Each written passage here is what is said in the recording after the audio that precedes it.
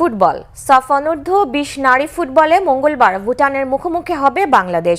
Bashundhara Kings অ্যারেনায় বিকাল 3টায় মাঠে গড়াবে ম্যাচটি। জয়ের ধারা বজায় রাখার লক্ষ্য স্বাগতিকদের। 4 দলের টুর্নামেন্টের প্রথম 2 ম্যাচ জিতে 6 পয়েন্ট নিয়ে টেবিলের শীর্ষে বাংলাদেশ। মানিক মাহমুদের রিপোর্ট। দেশের ফুটবলে সময়টা এখন নারী ফুটবলারদের। সফলতার সুসময়ে দুরন্ত গতিতে ছুটছে তারা। এশিয়ান কাপ বাছাই পর্বে মিয়ানমারে অপরাজিত আফিদারা প্রথমবার নারী এশিয়ান কাপে খেলার গৌরব অর্জন করেছে। সিনিয়রদের পথ ধরে বয়সভিত্তিক পর্যায়েও জয়ের নেশে উন্মত্ত অনূর্ধ্ব 20 দলের মেয়েরা। সাফ অনূর্ধ্ব 20 নারী ফুটবলে বসুন্ধরা কিংস অ্যারেনায় প্রথম ম্যাচে শ্রীলঙ্কাকে গোলবন্যা ভাষায় পিটার বাটলারের শিষ্যরা। পরের ম্যাচে তুলনামূলক ভালো প্রতিপক্ষ নেপালের বিপক্ষেও তুলে নেয় শ্বাসরুদ্ধকর জয়। এই ম্যাচে পিছিয়ে পড়েও দারুণভাবে ঘুরে দাঁড়িয়েছিল নেপাল। উত্তেজনাপূর্ণ ও ঘটনাবহুল ম্যাচে এক ফাউলকে কেন্দ্র করে হাতাহাতিতে জড়ান 2 দলের 2 খেলোয়াড় সাগরিকা ও সিমরান।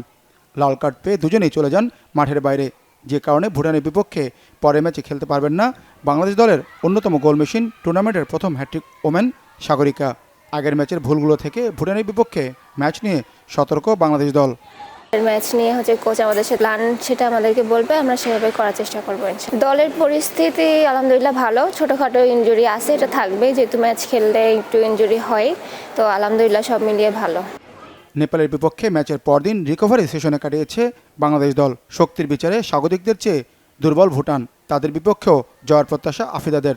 তবে প্রতিপক্ষকে মোটেও হালকাভাবে নিচ্ছেন না দলের ম্যানেজার। আমাদের লক্ষ্য যেহেতু আরও 4টা ম্যাচ আছে, আমরা চাচ্ছি যে প্রতিটা ম্যাচ বাই ম্যাচ ভালো কিছু করে আর কি যেতে। লক্ষ্য তো সবারই থাকে একটা ভালো, আমাদেরও আছে, তবে আমরা পরের ম্যাচটা গুরুত্বপূর্ণ দিচ্ছি। প্রতিটা ম্যাচই আমাদের কাছে গুরুত্বপূর্ণ। ভুটান প্রথম ম্যাচে নেপালের কাছে হারলেও পরের ম্যাচে জয় পায় শ্রীলঙ্কার বিপক্ষে। 4 দলের টুর্নামেন্টে ডাবল লিগে সর্বোচ্চ পয়েন্ট পাওয়া দল জিতবে শিরোপা। মানিক মাহমুদ, বাংলা ভিশন, ঢাকা।